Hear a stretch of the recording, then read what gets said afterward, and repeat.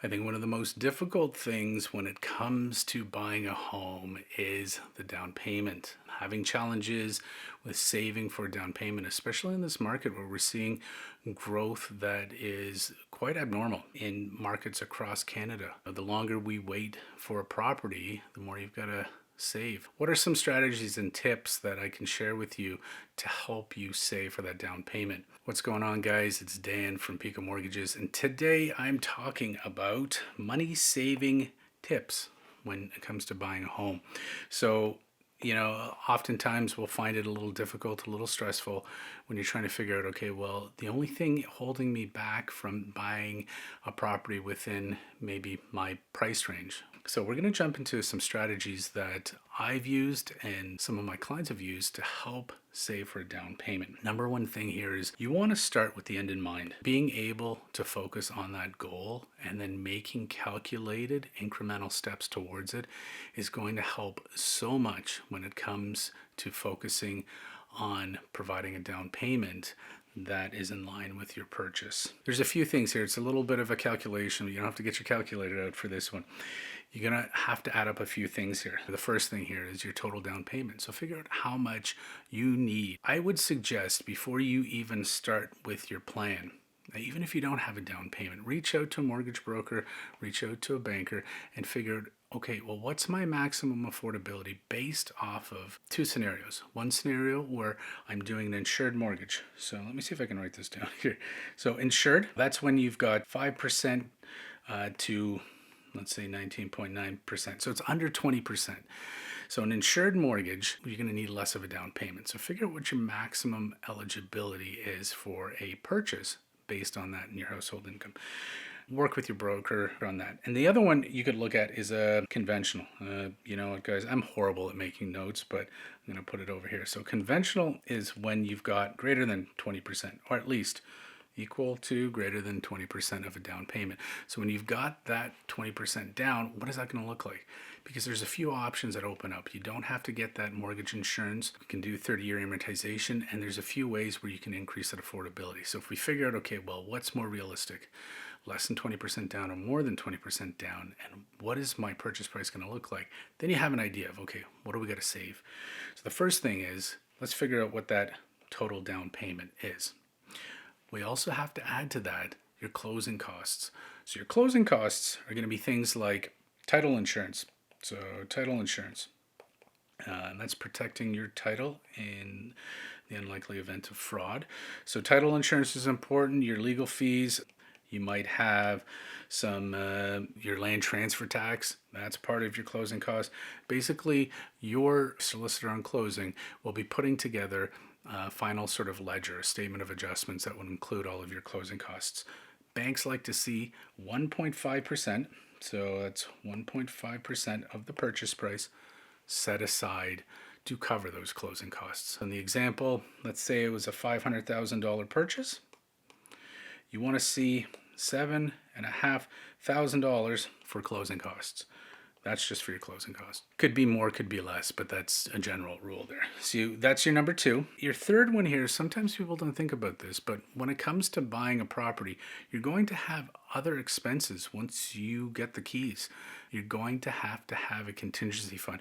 Or for those of you that have ever watched Dave Ramsey, he talks about an emergency fund. So the emergency fund is going to basically be a fund that you put aside to help you. Let's say, for example, your HVAC goes.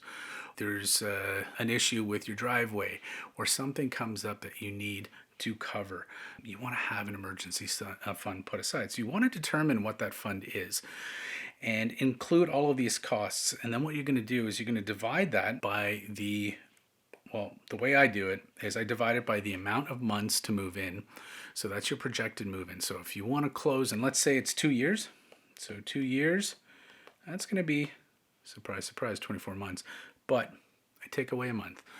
The reason I take away a month, so that's going to be -1, so 23.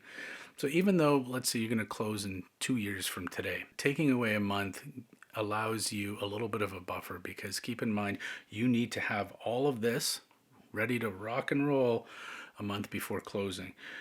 From the bank's perspective, they're going to have to confirm your down payment, make sure that's there. They're going to have to confirm that you've got the closing costs. They don't really care about the emergency fund, but it's good to have that in place. That's sort of the timeline we're working with when it comes to saving. Now you know what to save. How are you going to save it? So to me, I like to do everything by writing it down. So creating an actionable plan to budget, something that you can stick with and stick to that isn't just automatic. This has to be something where you are consciously making the effort every single month to put money aside. When I say create a safe savings account, when I say safe, all I'm saying is, don't YOLO it. Don't throw it into the latest stock tip. Don't do something where there is a possibility that you could lose your principal in it.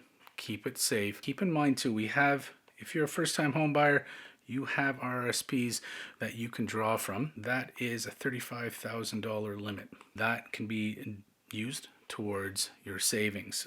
But you want to make sure that as you're building up your savings, you're putting it in an account that you're also not touching. Don't make it so easily accessible. And if that means ripping up a card or having a completely separate account open up that maybe you and your partner have access to hold each other accountable for, maybe that's the way to do it. One thing here, are there other ways you can accelerate your savings plan? This is something you should really sit down and consider. Are there ways where we can increase this? So maybe you've realized, wow, in this market, I don't have 24 months. I need to get in sooner. Are there some ways? There could be a few different ways that you can tackle this. I'll get into it in the next slide, but that's something to consider. I mentioned this, don't set it, don't forget it. Make it an active savings plan. This is something every month. Maybe you want to revisit it very frequently and make sure that you are on target to hit your goal. If you've got, let's say, $100,000 that you need to save, then you want to make sure that that $100,000 is broken up into easily digestible savings goals. However you want to break that up, it's up to you. Now I know $100,000 is quite a bit of money, but it's possible. If we add some savings, so let's say you had some RSP contributions and then you spoke to your parents and they said, look, we're going to give you a nice little gift. You add those together and then you just have to figure out what the difference is and work towards filling in that gap. But don't set it and forget it. Make sure it's actionable, make sure that it's active and you're able to revisit it every month and make sure you're on target. So there's two things here. You may have heard of zero-based budgeting. Zero-based budgeting is kind of similar to an envelope system. Again, going back to the Dave Ramsey thing. Dave Ramsey, he doesn't believe in debt. It's been a while since I've watched some of his stuff, but he did have a system. I think it was called the Total Money Makeover. Correct me if I'm wrong, guys, in the comments, but I believe there was an envelope system that he used in that. And that was something that I always found was pretty handy for me. If you take all of your expenses and you can allocate them every month. Just keep in mind, you might have a salary or an income yearly, but you haven't realized that. So every month you get income, or every 2 weeks, put that in an envelope or make sure that it's allocated. And part of that allocation would be towards your savings in this case. There's a bunch of apps out there too that you can look into.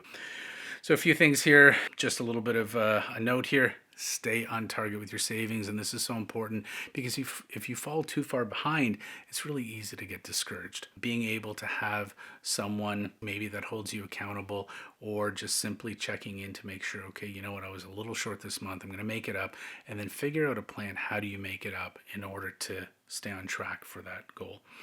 A few things here with income. So you may be able to increase your income, and increasing your income can come from a few different ways, right?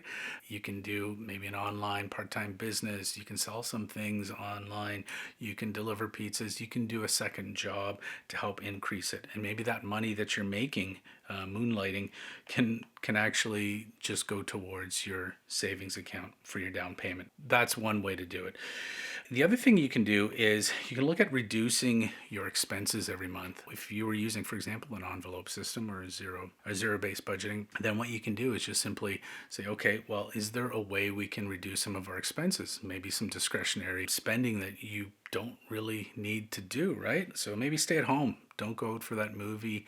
maybe make food at home, stop ordering out so much or having the delivery, the Ubers or the DoorDashes of the world come to you, and just try and figure out, okay, is this something that we can just dial back on while we start aggressively saving towards buying a home. And then you can be creative. And being creative here, I had talked about one option of being creative, and that's using a gift. So gifted down payments is something that's so important that if you have access to someone that's able to gift you, it's a great way to be able to accelerate the savings. I had a couple that a year ago, they were kind of looking in the market. Turns out they ended up having a shotgun wedding thanks to COVID, but they were able to get a decent amount of. Now, I'm not recommending you go out there and you marry a friend just so you can get enough for down payment, although it does seem like in this market it's almost a good idea. That's there's some ways using gifted funds to help you out there. Getting into the creative options here, a few questions you might want to ask yourself. Can you lower your monthly payments? There's a few things here. Can you move in with your parents? Or do you have a good relationship? Do you have a family member, sibling, or something that you can move in with, even if it's temporary, to just say, hey, look, I'm really trying to save up and I need to save some money. Maybe take on some roommates too. I know it's probably not the most ideal situation when you're out of school to say, oh, I thought I was over that time of my life. But if it's a way to get you into home ownership quicker, hey, you know what? Nothing wrong there. You can downsize too. So I've seen a lot of folks, especially during COVID, moving out and renting smaller places or places outside the city and just saying, you know what? We don't have to commute and we don't have to be down here and spending this type of money on rent for the convenience of it. Let's just move out. So you might look at that. Other thing too is sell your car. If you have a car and you don't need it, especially during our COVID days, a lot of people have the opportunity to work at home or work remotely, and maybe you don't need that car as much as you think you do. You can get by with alternative transportation. Another thing you might want to consider here, can you bring on a cosigner? So you might be someone that's single and not really looking for anyone else, but if this is a way to get into home ownership, maybe approach someone. And I see this a lot, not only with folks that are in relationships, but also friendships. But you want to be careful there. If you're bringing on a cosigner onto an application, you just want to make sure that you've got everything sorted out. How is this partnership going to work? That's where you might want to get a lawyer involved in just kind of figuring out how you register the property, what's everyone's responsibility, what's everyone's contribution on it. And I spoke about gifts, so gifts are really important if that's an option. Another one here, this goes back to Dave Ramsey. And Dave Ramsey, I don't know why today's a Dave Ramsey day, but I recall him talking about being able to pay off higher interest debt. And you have this sort of like psychological snowball effect, right? So even if you have a few credit card payments, let's say, and the balances aren't very high, well, just tackle those first. Even if you have other debt that you want to take care of, tackle the smaller ones with the higher interest.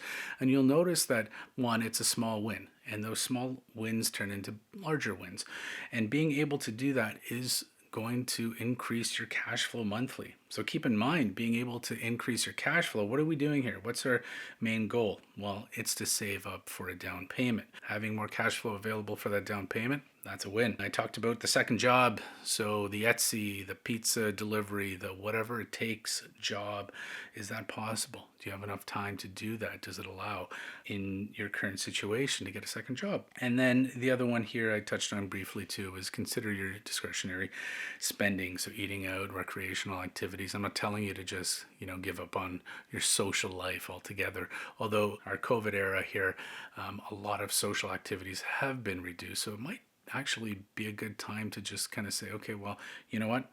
Can't go out and can't do certain things, so that's going to save me some money. Just keep in check your online spending, because that's one thing I've noticed. There's a lot more people are doing the Amazon thing and just buying for the sake of buying. So you want to be mindful and aware of that. So just a few things to consider. Here we go, getting back to managing your expectations here, guys. You want to be reasonable about it. You don't want to set some sort of goal that's completely unrealistic, because you're just going to let yourself down when you don't achieve that goal. Incremental wins. Make sure that you are moving towards something that is achievable. You want to be able to hit that mark. Don't make it an easy one, but make it one that is achievable. The other thing too is you don't want to use this as an excuse not to take action at all. It's really easy to get discouraged and say, I missed the last 2 months of being able to put stuff aside. Life happens. That's right, life happens. It happens to everyone. But it's no reason to just give up completely on it. You can get back on track. You can always reevaluate where you are. Things change, especially in the mortgage world when it comes to the affordability and the stress test and what's going on with that. So maybe things have become more favorable. Maybe there's other options. Maybe there's programs that are on the horizon that you're not aware of. So even if you take a couple steps back, I would say still check in with your mortgage broker or your banker and figure out, like, where are we at? Has anything changed in this world that maybe brings us back on track that way? Don't get discouraged on it. Get back on track. I mentioned this in another video, is be prepared to compromise. You may not be able to buy a property that is in the Muskokas or is in Rosedale or Oakville, but you can find something that fits what you need right now. Being able to compromise, maybe in location or the amenities, I mean, that's so important. I think the main goal here being able to find that down payment and buying a property that's within your means and just checks off most of those boxes. I would call that a win. That ties into my last one here, where a starter home isn't a forever home. You know, I very rarely see someone that jumps right into their forever dream home. And when that happens, they're the outliers. They're not the ones that I'm as far as borrowers go that I'm typically seeing. Your first property or the first one that you're saving up for, don't get discouraged if it's not everything you want. It ticks off most of those boxes. It doesn't have to be that Instagrammable house. It can have parts of it that you really enjoy. And your starter home, who knows, it might turn into your forever home, a place that you create memories and you stay in for a long time to come. Anyway, guys, those are my tips today on being able to save for a down payment. We don't know really what's ahead, but we do know that it is a very strong market out there for sellers. And I would just say don't get too discouraged about it, but do create steps, make an actionable plan, and work towards that goal of creating a good down payment. Now, if you've got questions that go kind of beyond what I've talked about here, guys, feel free to reach out, comment below, like, subscribe. And yeah, I'd love to hear your thoughts on how you're coming along with creating a down payment and saving for it. Guys, I hope you're having a great day. Take care.